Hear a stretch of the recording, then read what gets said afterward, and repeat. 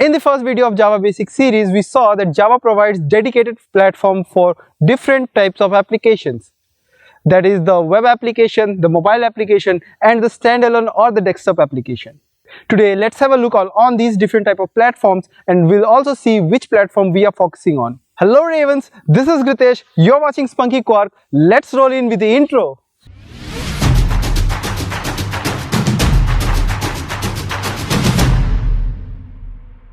So there are three types of platforms that Java provides for developing all these type of applications. The first of all is Java Standard Edition. That is the Java SE, which was previously known as J2SE.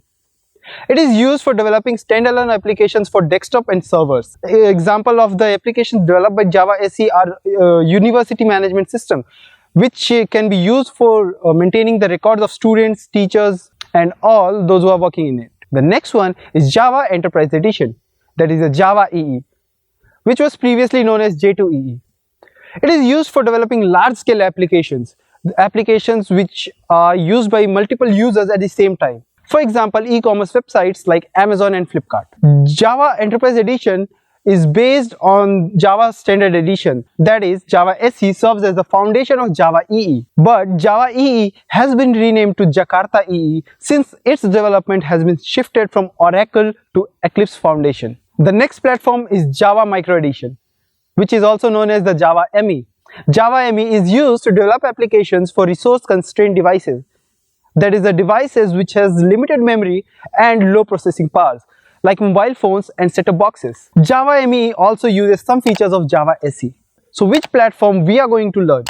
As Java SE is foundation of both Java EE and Java ME, we'll be starting with Java SE because we need to understand the foundational blocks first. And if we want to code in Java ME or Java EE, we still need to learn Java SE. We need to have a firm grip on it.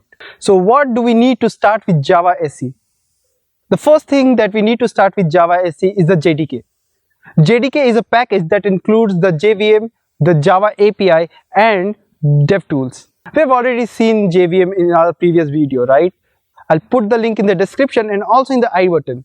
Go watch that video to understand what is JVM. The next thing of this package is the Java API. That is a Java library. It's a pre-built library of code that we can reuse. We have also discussed about Java API. And the next thing that JDK package includes is the DevTools.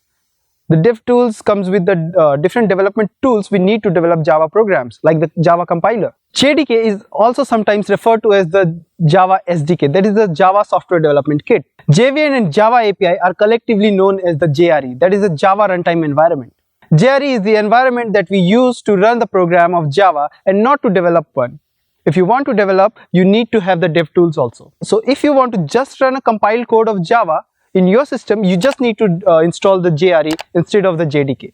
Earlier, Oracle used to provide separate JRE for different versions of Java, but now it has stopped providing separate JREs. The JREs are included in the JDK package itself, or they have provided a tool called JLink through which we can generate our custom JREs. So let's talk about the release cycle of Java. So what is the release cycle? Release cycle is the interval after which a new version of Java is released. The releases were less frequent until Java SE version 10, that is the Java SE 10. But after Java SE 10, which was released in March 2018, the release cycle became more frequent. Every 6 months, Java releases a new version. We'll be looking at Java version history in some future videos. And talking about the latest version of Java, Java SE 15 is the latest till now, which was released on 15th September 2020. And in March this year, that is 2021, Java is going to release its 16th version. And in September 2021, it is going to release its 17th version, that is Java SE 7. So that was all for today, Ravens. As we have all understood what is Java and how it works, we are just one step away from writing and compiling and running our first Java program. Let's take that last step in our next video. If you have any doubt about the topic, write in the comment sections below and I'll be replying to your comment as soon as possible. And if you haven't subscribed the channel yet, go hit the subscribe button and also hit the bell icon so that you get all the future video notifications as soon as I upload them. Remember the first rule of programming, you need to be patient and dedicated and consistent. So stay in this video series of Java because we have miles to go. So this is Gritesh rolling out for the next video. Till then, learn, code and reload.